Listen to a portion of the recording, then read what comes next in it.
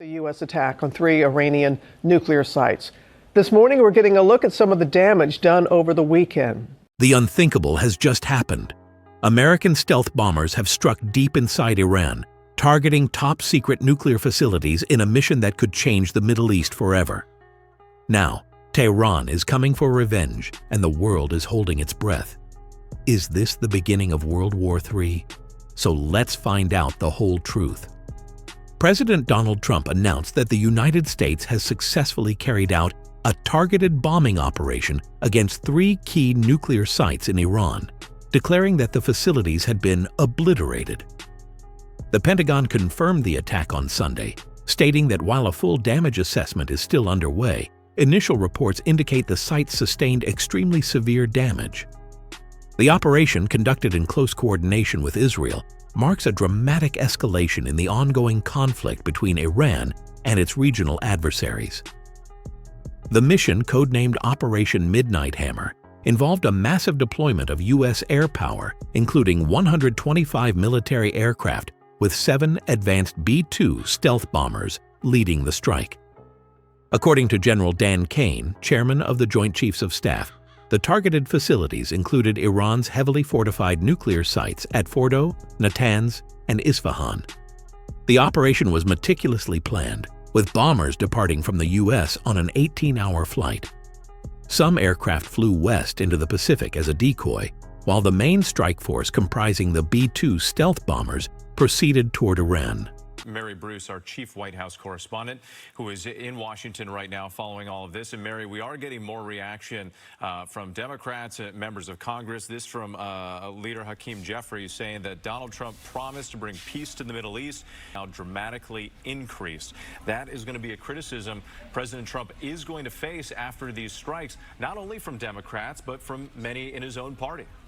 Yeah, it sure is, Wood. And look, this is a president who long promised that he was not going to drag this country further into conflict in the Middle East. He was not going to do exactly or put himself into the position that he exactly is in now. And we have seen just this remarkable shift in the last 24 hours. I mean, it was only 24 hours ago that the White House came out, 48 hours ago that the White House came out and said that they thought there was a substantial chance of talks getting Iran back to the negotiating table. President Trump, as we know, has long been urging for negotiations, hoping to reach some kind of new nuclear deal. Just before the bombers entered Iranian airspace, more than 24 Tomahawk cruise missiles were launched from a U.S. submarine, striking key installations at the Isfahan site. As the B-2s advanced, the U.S. military employed multiple deception tactics, including decoys, while fighter jets secured the airspace, neutralizing potential threats from enemy aircraft and surface-to-air missiles. The lead B-2 then deployed 2 GBU-57 massive ordnance penetrators, MOPs, commonly known as bunker buster bombs, on the Fordo nuclear facility. In total, 14 of these powerful bombs were dropped across 2 target zones. The strikes occurred in a tightly coordinated window between 1840 and 1905 Eastern Time, after which the bombers safely exited Iranian airspace and began their return flight. General Kane noted that Iranian defenses appeared ineffective, stating, "Iran's fighters did not fly, and it appears that Iran's surface-to-air missile systems did not see us." Defense Secretary Pete Hegseth emphasized that the operation was not directed at the Iranian people or military personnel, clarifying that the objective was strictly focused on disabling nuclear infrastructure. This was not and has not been about regime change, Hegseth stated. He also acknowledged Israel's critical role in planning the mission, which reportedly took months of preparation. Iranian officials have confirmed the attacks but downplayed their impact, denying that the strikes delivered a decisive blow. However, the operation represents one of the most significant military actions against Iran in recent years, raising concerns over potential retaliation and further instability in the region. As tensions continue to mount, global leaders are closely monitoring developments, with many bracing for possible repercussions in an already volatile geopolitical landscape. The Pentagon has assured that further updates will be provided as damage assessments are completed. But one thing remains clear: This operation has dramatically altered the dynamics of the Iran-US standoff, with consequences that could reverberate far beyond the Middle East. A short time ago, the U.S. military carried out massive precision strikes on the 3 key nuclear facilities in the Iranian regime: Fordow, Natanz, and Esfahan. Everybody heard those names for years as they built this horribly destructive. Hidden deep within a remote mountainside, Iran's Fordow nuclear site houses a critical uranium enrichment plant central to the country's nuclear ambitions. Located south of Tehran, the facility is believed to be buried even deeper than the Channel Tunnel linking the UK and France. Due to its extreme depth, only the United States possesses the type of weapon capable of reaching it, the massive GBU-57 massive ordnance penetrator. A 13,000-kilogram bunker buster bomb designed to pierce through 18 meters of reinforced concrete or 61 meters of earth before detonating.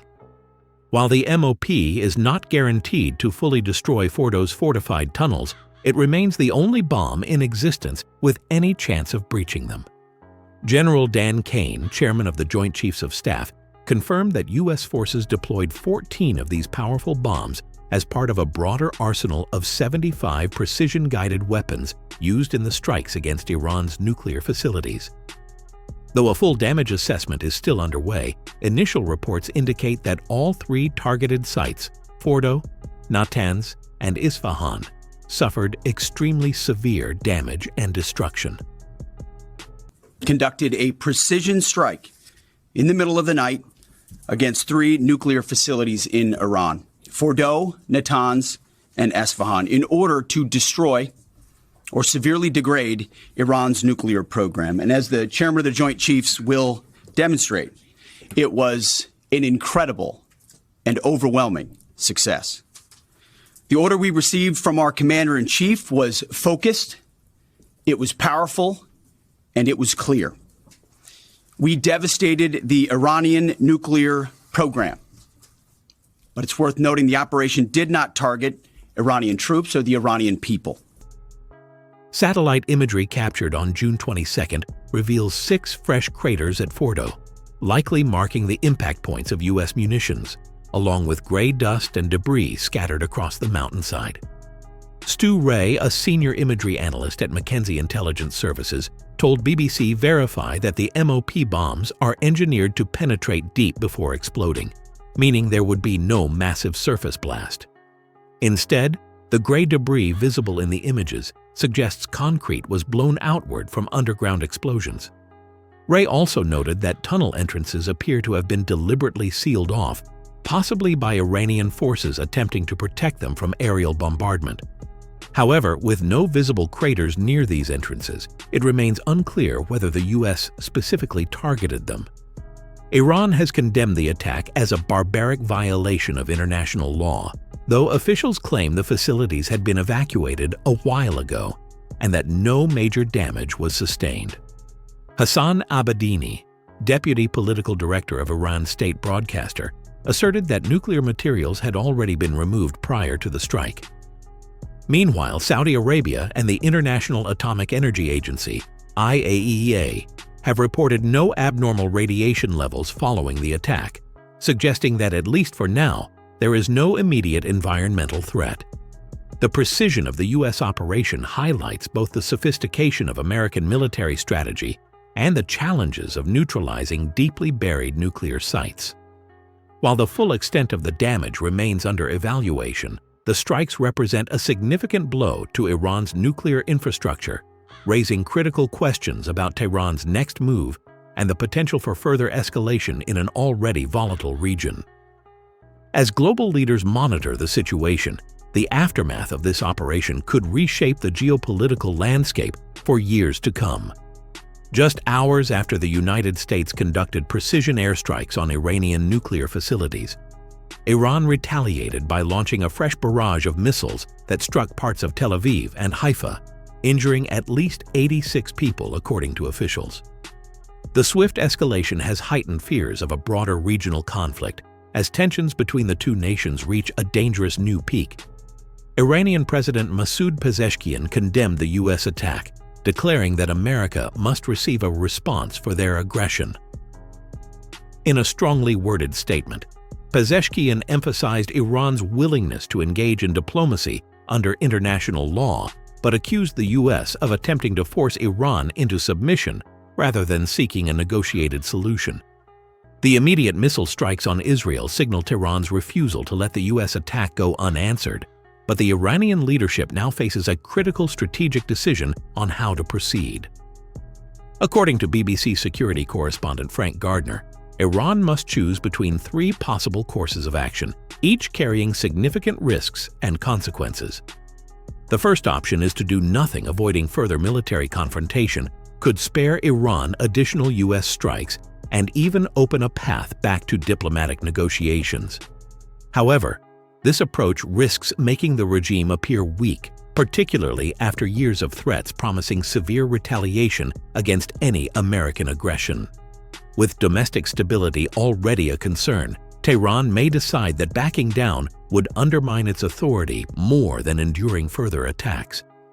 Alternatively, Iran could retaliate swiftly and decisively.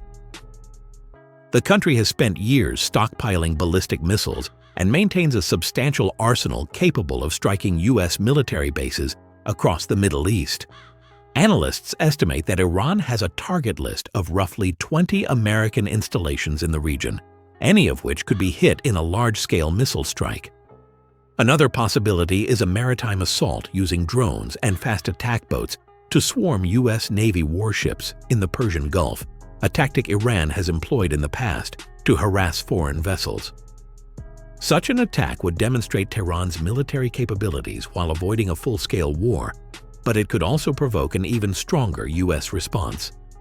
The third and perhaps most unpredictable option would be for Iran to bide its time and strike later, choosing a moment when tensions have eased and U.S. forces are no longer on high alert. This strategy would allow Tehran to maintain plausible deniability while still exacting revenge, possibly through proxy militias in Iraq, Syria, or Yemen. However, delaying retaliation also carries risks, as it could be interpreted as hesitation or weakness, further emboldening U.S. and Israeli military planners. As the situation continues to worsen, global leaders are urging restraint, aware that any further escalation could spiral into a wider war with catastrophic humanitarian and economic consequences. For now, the world watches anxiously as Iran weighs its next move. Let us know in the comments what you think of the whole situation, and if you want to stay on top of this, smash that like and subscribe button.